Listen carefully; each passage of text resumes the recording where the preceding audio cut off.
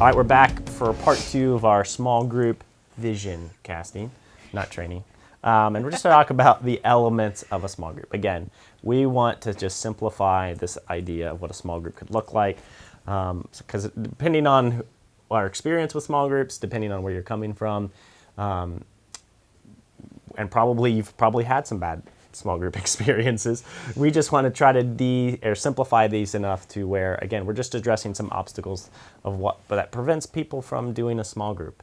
And we just feel like there's just 3 core essential elements of a small group. And you can always add to those things, but I think when we simplify it to these are the 3 most important things, it realizes this isn't as difficult or intimidating as we kind of think it is. So Amber, what is the first one? What is the first element? That's probably one of the most key essential ones. I think it's a super important, but what is that? My favorite. It's your favorite, yeah. Yeah, because it usually involves food. Yeah, So again, we really like food. The first most important part of small group is just that relational connection. Yeah. If we're not being relational and we don't feel if I don't walk away from small group feeling like I connected with anyone, then I don't know that I really got anything out of small group. Because again, like we talked about last time, the whole point of small group is to do life together and to feel connected. And so that's the first main important element of small group is just that relational piece. And so there's lots of things that you can do to kind of facilitate connection. I think of a really easy one is just doing a personal check-in, giving everyone space to just talk about hey, what went well this week? Where did you experience life this week? Where did you not experience life? In youth group, we used to do this. We called it the happies and crappies. Just sharing the happy parts of your week, sharing the crappy parts of your week, or you can even ask, what are you celebrating? What's stressful? Just those opportunities just to share what's going on in life. I think it's a huge part of that relational connection. Yeah. I know in the past I've done, especially with groups where I don't know a whole lot of people, we sometimes will do something fun or an icebreaker. So I'll ask silly questions, or I'll ask really poignant questions to try to get people to have something a little bit more specific. When you have a bunch of people together that don't know each other, sometimes it's hard to just jump right in with, this was the crappy of my week. Sure. And so sometimes, depending upon the group, you may want a little bit more of a specific icebreaker or some fun questions. Then, of course, there's always food. Yeah, you can't go wrong with food. There's just something about food. I don't know why food facilitates talking, because it's really rude to talk with your mouth full. But it's just something about, there's something to kind of distract you. You have something for your hands. Yeah. And so it just helps people feel more comfortable and relaxed. Yeah, and even as you're forming a group, right? A lot of people come in with walls, just they're trying to think, what are people going to think of me? It can be intimidating. And I think just either food or some things like this, the goal is just to kind of lower those walls, and I think food does that. It doesn't mean you have to do a full-on meal, but then it's something you can take turns off, just having some snacks and drinks just kind of helps that, I think so. Yeah, so that's the relational piece, like I said, is really important to a small group. And like we had addressed in the last video, these are things you can't really do on a Sunday morning. Right. There's just not a whole lot of time, especially if you have kids, you're got to pick them up from class and you have something to go to. Yeah. It's just not a whole lot of time for these types of intentional or conversations. Yeah, and so it's just we would just encourage that there's just an element of relational. It could be 20 minutes, it could be 30 minutes, it could be even 40 minutes. Sometimes you may even need a whole group that's just relational. Maybe you just around Christmas time, sometimes it's just great to have a Christmas party and hang out, or if it's somebody's birthday, doing some of those things. But yes, a relational component is essential for a small group. The next element, and as we were wrestling through this a little bit, what we came to the conclusion, the second element is just some form of intentionality. As we start looking and moving in that spectrum of having a leader, having some intentionality, and just even or mindfulness is what we've used the word for is, if every single week we're just kind of showing up, and it's all social, that's a plus. But as we start moving up that spectrum, we're having some intentionality, both just with what we're doing in life, the discipleship process, which we're going to go into the next video. There is some intentionality of just looking at your group, assessing your group, realizing okay, where's this group moving, and how is it moving in our life? And so we want to have some sort of intentionality. Again, I think this is where people get a little intimidated, because it's like, I have to do a Bible study, I have to do it, like, make it look like this certain way. But the reality is it's just you're doing some intentionality with that. And so, like, when we do our fall campaign, we provide all that intentionality for you. So, like, literally all you have to do is play a video, ask some questions, and the reality is just to form some dialogue, just some things of creating some conversations. And so one of the things I just would encourage you, you don't have to have all the answers, you know? It's one of those things, part of as you're facilitating some discussion, is just asking what other people think. That's part of your job, is to not just look at you as the one who has all the answers, but going, oh, that's a great question. What do you think, Amber? Like, what do you think about this? And the goal is just to form some discussion. So again, when it's our fall campaign, it's a literally plug and play. You show a video, you ask some questions, and that sort of thing. And so, but the reality is, in other seasons, there's some intentionality as you're assessing the group. We have through the church, we have a Right Now Media, so there's some great studies with that. In the future, we may do sermon guides where and we've done that in the past as well, where you just talk about the sermon that was happening on Sunday. There's just, you can do a Beth Moore series or whatever that seems to be popular. There's some series if you find and you really enjoy, or just a book of the Bible. You're just doing some intentionality. As you're looking at your group, you're beginning to form, okay, what does my group need? So there's the pastoring that happens as that leadership. But the reality is we have plenty of resources and some things to give you that you don't have to come up with all this stuff and all this material all by yourself. It's just being a mindfulness of intentionality. And the question isn't like, what do I have to come up with? It's, what resource do I need? And so we as a church and as a small group want to provide those things for you. We would buy, like, part of that is we've helped small group leaders buy those things. If you see something, we have just a plethora, is that how you say it? Plethora Yeah. Of resources for you. Sometimes those hard words get me. But we have a plenty of resources. So even as a small group, when you think of that intentionality, it's just thinking of, what resource do I need? And it's just taking, that can be as simple as 20 minutes, 30 minutes, whatever, of just some intentionality and mindfulness. All right, and then there's one last component. We've got 2 out of the 3. This may be one of the most, impactful, but also, I think for some folks, the most intimidating. But again, it's a huge part of small groups and why we think it's super important. What's that, Amber? Yeah, so a prayer and ministry time. Yeah. That, for whatever reason, seems to be, well, I say for whatever reason, but I think I know. I totally understand.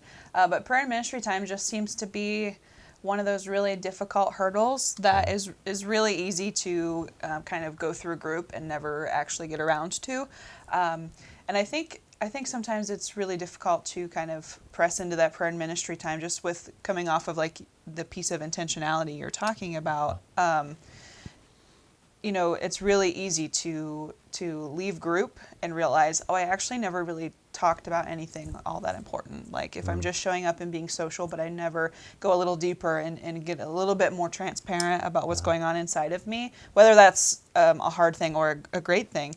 It's just really easy to do sometimes. We have to be really intentional about that. And prayer and ministry leans right into that.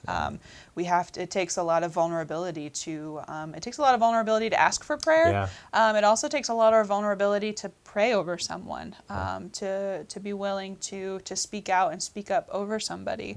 Yeah. And I think sometimes we kind of elevate people who are on prayer and ministry team. I know I've had people come to me on a Sunday morning when they come and get prayer, and they say things like, well, I know you've been trained for this kind of thing. So like there's this myth that we believe that our prayer and ministry people are like specially trained and have done this for ages, and the reality is that I started doing prayer and ministry time at church because Joel said small group leaders should be up there, and I'm a rule follower. So I was terrified, but I did it because, golly, I'm not breaking the rules. Right. So I just made myself go up there and do it. So I wasn't specially qualified. Yeah. I just forced myself to do it. But anyway, so prayer and ministry time is the third and I think probably the most important piece of small group. Yeah. It's the thing that we value the most as a small group. And And so we want to help. We want to help make that a more successful time for you. We want you to feel more empowered and and equipped to do that. And so one of the ways that we do that is through our 5-step prayer model. That's something that we can talk through more when we get together. But the 5-step prayer model really just kind of takes prayer and ministry time and makes it a lot more natural. Now, it doesn't remove the hurdle of like, I still have to take that first step and be brave and do it. And I think especially when you are a group with people that aren't well connected or that are kind of new to getting together, the leader is the one that oftentimes has to take that first step. But so even though we can't remove that hurdle for you, we can at least give you some tools to kind of help it feel a little bit more natural. And I think too, Johnny, one of the things about prayer and ministry time is I've found as a leader, a lot of times it actually fits quite naturally after our social time. Yeah. If we've been talking about something really great that's happened in our week or something that we've been struggling with, it just feels natural to me to be like, oh, well, can we pray for that real quick? Yeah. And so I think in our minds, we think at church, we get together, we sing, we listen to a sermon, and then we do ministry time. So ministry time in our brain is always at the end. Sure. But it doesn't have to be. Yeah. I think if that feels a lot more natural, then we encourage you to do it right after check-in, to do it right after people have just, opened up and shared what's going on with themselves. And I've even found in our small group, sometimes we go right from being social to talking about what's going on in our lives right now, right into ministry time, and God shows up and does so many things that we actually don't even ever get to our study time. Sure. And I think that's perfectly fine. So yeah, prayer and ministry time, super important. Yeah, and as we talk through this, right, small groups as we see as a place for that transformation to happen. And the reality is, even as a small group leader, if you've I've been tempted to do this when somebody's going through something, we kind of want to try to fix it, know? And I think the reality is if we're really honest, right, transformation can't happen from an us, right? It's God can only do that. And so part of this prayer model is just giving space to just say, okay, God, you do what only you can do. And so it's not even about us. It's not even praying the right thing. It's just giving God space to just move. And that's how people are transformed. That's how people have experiences with God, and their lives are transformed. They have experience with God. And that's what we want to create is that. And so, again, we also just realized this is the 3-course meal of having some relational time, some intentionality, some prayer ministry time. But the reality is there is some other things to consider when thinking of your small group. One of those is worship. It's a part of our value as a church is just creating space to worship God, to experience Him. And so for some people, you're very comfortable with that. You pull out your guitar and you can, go right at it. Just like you. Not like me, because I learned a few chords, and even though most songs it's just you don't want to hear me sing, it will not bring you to the presence of God. But no, there's just reality that can be an intimidating factor. But I think it's something to consider, to think through. How can I just include some worship into our small group time? Maybe it's just throwing on a YouTube video or just playing some music for a song, just for us to center ourselves around God, worship. Maybe it's just going outside or reading a psalm.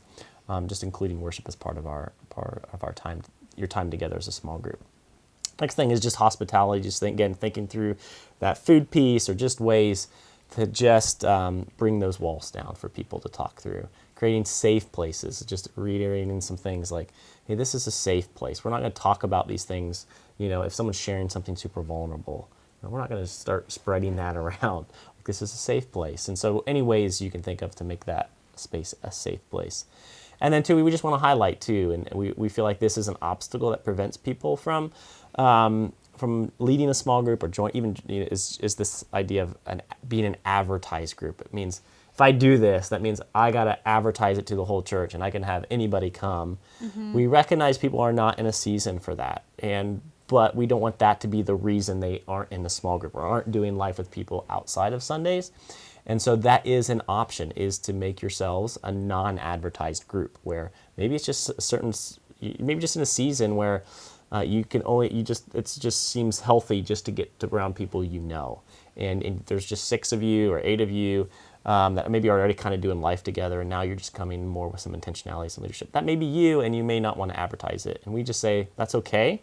The reality is We can't have all of our small groups that way, but for some, we recognize that's a key piece or a key thing that would prevent them, and we don't want anybody to be prevented from doing Life Out Sunday morning. So you can do it as a non-advertised group. And the reality is you may get to the point where your group is just too big and you don't have the space, and you may need to make it a non-advertised group, and we just want to say that's okay.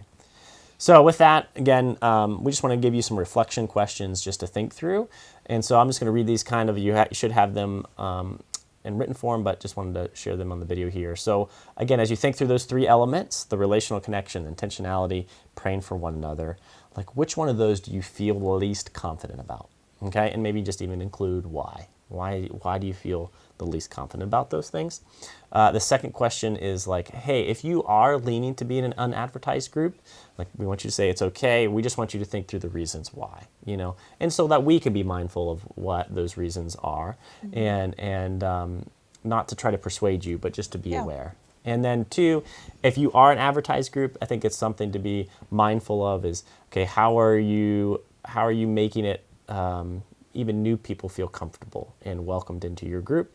And even if you are an advertised group, just even think through just who could I invite? But I think if we think of advertised group, it means if we promote it, all these people are going to come. The reality, that never happens. So very few people just make it their own initiative to go join a small group. And one of the things we want to do is to make it more invitational. Just as you're interacting with people, as you're meeting new people, like, hey, are you in a small group? Do you happen to be in a small group? Oh, like I lead a small group. It's on Thursdays or whatever, and you should check it out.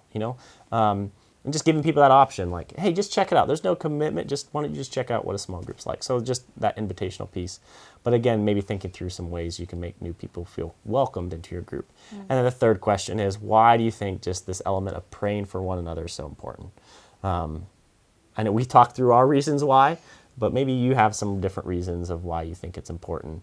And then two, just even be honest with yourself of how comfortable are you with doing that. And so again, just some things we want you to reflect on, and some things we'll talk about when we do get it together.